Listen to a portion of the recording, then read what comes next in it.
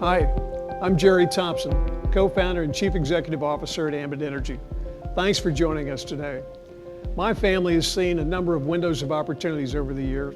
I'd like to tell you about one that began over 100 years ago when my grandfather was a small boy growing up in Oak Cliff, a small town across the Trinity River from Dallas, Texas. His next door neighbor ran an ice plant, and every summer he had the opportunity to work there. Too small to lift the ice, he started in the stables, cleaning and feeding the horses that pulled the ice wagons. But over the years, he grew strong enough and began delivering the ice into homes for the ice boxes. After graduating from the University of Texas, he returned to Dallas and entered the only business he knew, the ice business. With his past experience and college degree, he soon became president of the company. One day, an ice house manager named Uncle Johnny Green approached my grandfather and said, "Jody, customers are asking if we'd sell them groceries. We're located in their neighborhoods and have longer hours than the grocery stores. We could keep the perishable items cold in the ice house and put the canned goods and bread and other items outside on the dock." My grandfather liked the idea.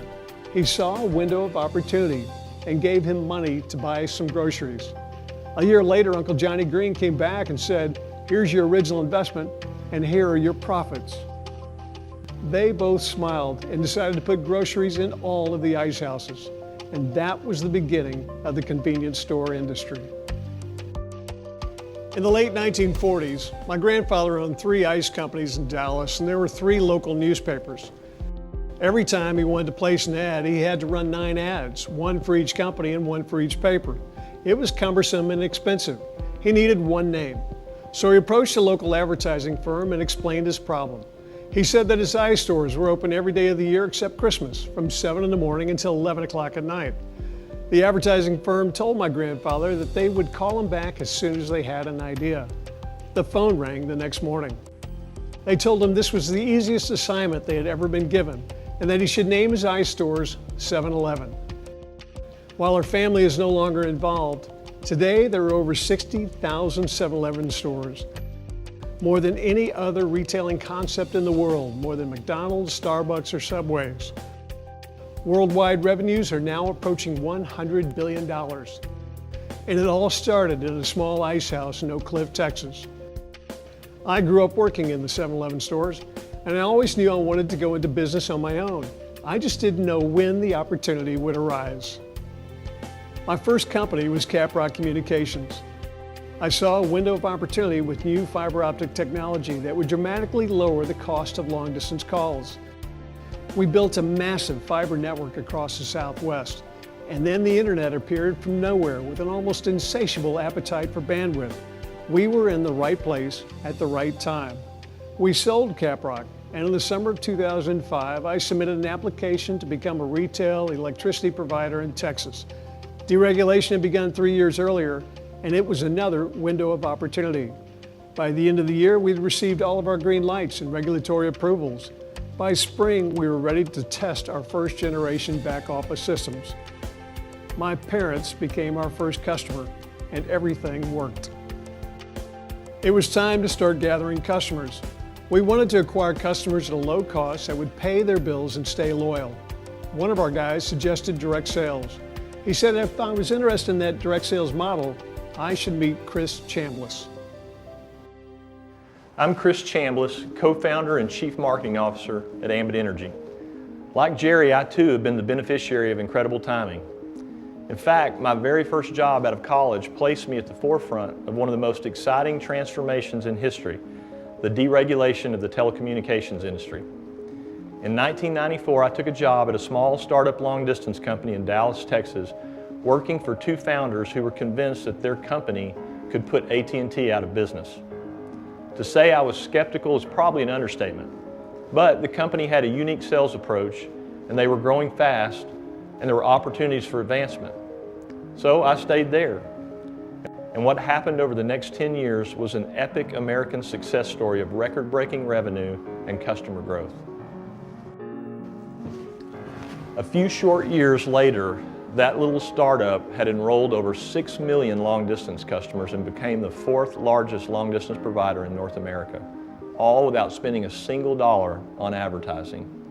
And that was our secret. Instead of spending millions of dollars with big media companies on expensive television commercials and outdoor billboards, we shared our profits in the form of commissions with a network of independent entrepreneurs who were determined to improve their own financial future and were excited to help their friends and family save money. All the technology and content we take for granted today, mobile devices, wireless internet, online music and movies, social media, they all exist as a result of the telecom breakup. Billions of dollars moved from old monopolies to innovative providers like the one I worked for. Consumers saved millions and enjoyed better service, and ordinary people from all over America earned thousands by participating in the process. I understand the opportunity presented by an industry that is deregulating, and I knew energy was even bigger than telecom. So when Jerry called me to discuss his idea to sell electricity with a similar model, I got very excited. I knew electricity would be a perfect fit. People use it every day without even thinking about it. It's already part of their monthly budget. So we met on a Friday at a Potbelly's sandwich shop to discuss the opportunity and to get to know one another. I liked Jerry immediately, and I gave him a few things to think about over the weekend. The next day, we were in front of a whiteboard in a conference room he had borrowed from his brother's company, and we began thinking about and outlining what kind of company we wanted to build. Chris and I wanted to build something we would be proud of. We knew that every time a consultant would approach someone about becoming an Ambit customer or consultant, they would be putting their reputation on the line, and they would be trusting that Ambit would get it right and would deliver as promised not some of the time, but all of the time. And we wanted to be worthy of their trust. We wanted to make them proud of their association with Ambit. So our first decision was to build the finest and most respected retail energy provider in America. And that was a big statement for a small startup company with only a couple of customers. But it made every decision since that much easier. We moved into our 100-year-old warehouse space in the west end of downtown Dallas. Everyone sits in the open. We have no offices. We handed out $19 fold-up tables from Walmart to everybody. They're cheap and they're not really attractive. And we were told that people would assume that we had no money and they'd be afraid to join us. We responded that we were going to invest our money in great people and outstanding systems, not in fancy offices or elegant furniture. The smart people would understand that and don't worry about anyone else. 11 years later, our executive team still sits at those $19 tables. Based on our previous telecom experiences, Chris and I knew that operationally we would be a data processing company. Companies in the telecom boom with solid back office systems and processes thrived and prospered. Those lacking good systems capsized and sank when they were hit by that data tidal wave. We would ultimately succeed or fail depending on the quality of our systems. John Burke, our CIO, searched but couldn't find any off-the-shelf systems that met our standards. So we rolled up our sleeves and decided to build our own. We decided to be unconventional. The pros in the industry snickered. They thought we were crazy. No one builds their own systems. We heard it and we ignored it. We didn't want to be like everyone else and have the same results as everyone else. In fact, we didn't even want to think like everyone else. We didn't hire anyone from the electricity industry for over 4 years. Any information we needed, we Googled to find. Startups never have enough time or capital to build perfect systems. We know that what got us here to where we are today won't be strong enough to take us where we want to go. So our IT philosophy has always been, never let good enough be good enough. And with that attitude, today our patented systems are the operational qualitative difference between us and all of our competitors. After spending almost a year getting our foundation in place, Jerry and I started Ambit's sales channel the exact same way a new consultant joining Ambit today would. We made a list of 10 people we knew who might want to join us in our efforts to take advantage of the opportunity we saw out there. 6 of them told us no, and of the 4 people who said yes, only 2 really went to work. So what started with 2 people and a pretty humbling dose of rejection has become one of the fastest growing companies in history. Today, Ambit has over 1.2 million customers and over $1 billion in annual revenue. We've been named by Inc. magazine as the fastest growing private company in America. We've been listed in the top 100 places to work in Dallas for 6 of the last 7 years, and every year we are consistently ranked at or near the top in customer satisfaction by J.D. Power. In short, it's working.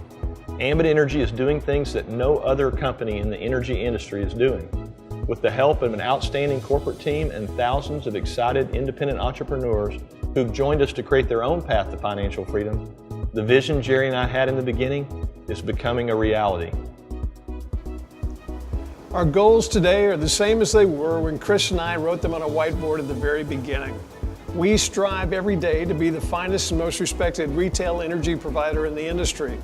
We want every customer and independent consultant to be proud of their association with Ambit, and we're determined to never sacrifice integrity for growth. We hope you've enjoyed hearing about the Ambit story and that you'll join our growing team of entrepreneurs.